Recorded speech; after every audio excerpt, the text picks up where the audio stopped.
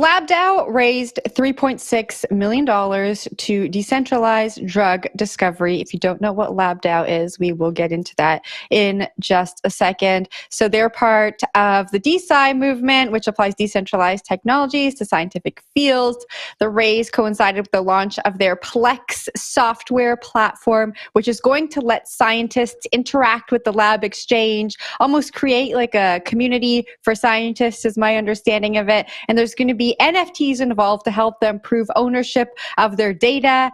And what I imagine, it's not super clear in the story, is maybe these NFTs are going to also help them prove ownership of their IP and their inventions. Zach, I'm going to kick this one off to you. What do you think of DeSci? What do you think of this DAO of scientists raising a couple $1 million? Well, I'm into it. I actually have a master's degree of science in journalism, so I maybe could participate in this in a collaborative way as a scientist myself. I think DeSci is actually super interesting, right? Because science as a practice is quite decentralized, quite collaborative.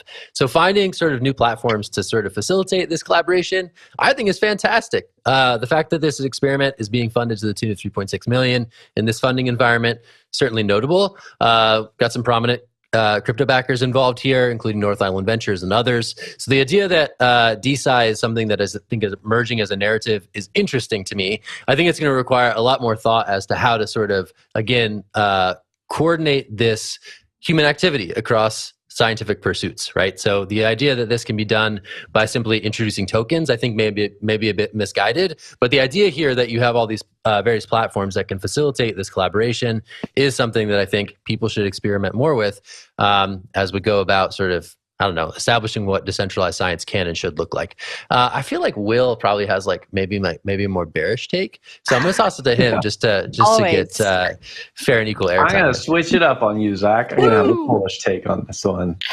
Just kidding. No, I think it's kind of like in the mushy middle here a little bit, because DAOs do have a problem with coordination. We've seen that over and over again. We've talked about that on the hash so many times, all these different DeFi protocols that end up having some sort of DAO governance scheme. And at the end of the day, when there's a subpoena from the SEC, seems like there's always two people who co-founded the DAO that get in trouble, right? Or there's the people who have the keys who end up getting in trouble. In this instance, though, it does seem like there could be something else brewing here.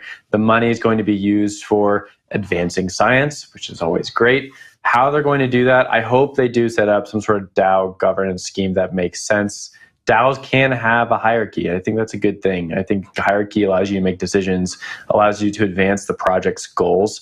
And I think for a scientific endeavor, that's really important, right? You want to do trial and error, the whole like hypothesis thesis that we all learned about in like 8th grade science. You want to go through that. And in order to do that, you have to have someone at the top sort of making decisions. So as long as this DAO is able to do that, I think it could be like a cool alternative, kind of like an indie science alternative to what we typically have with like these, independent boards or these academic circles that typically do all our science projects for us. Wendy, your take?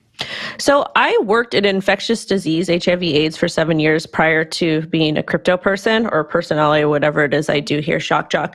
And I will tell you right away that this company is going to have a lot of problems because of the type of decentralized research that they're going to want to do, especially in America. America is super, super strict with what is released to the public about different types of drugs and different types of studies. So I feel like they're going to have a lot of regulatory issues here in the US. I do think that this is a good idea because it is important to be able to present your findings, especially when we're talking about outliers for different things.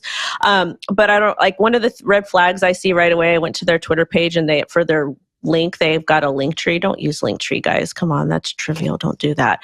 But other than that, I think it's cool. I think it's interesting. I think they're going to get a lot of pushback in the US because of regulatory stuff, because we're literally the worst when it comes to healthcare in the world. But Jen, I saw your hand up. First of all, don't dump on the scientists for using Linktree, Wendy. They're busy solving the problems of the world.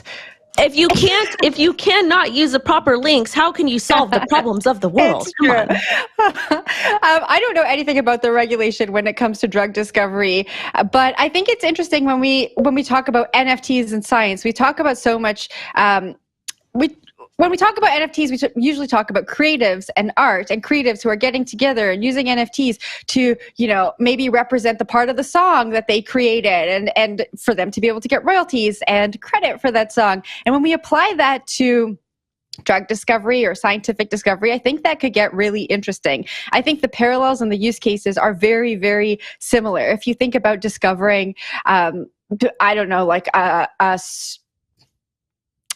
drug that cures some kind of disease, or a drug that can be used to cure a disease that was previously being used to cure something else. I think if we start attaching NFTs to different parts of these discoveries, it could be really interesting and solve some of the pain points that scientists are experiencing there. But that's just my take on it. And as you know, I don't really know a lot about how that process works, but I feel like there are similarities. Zach?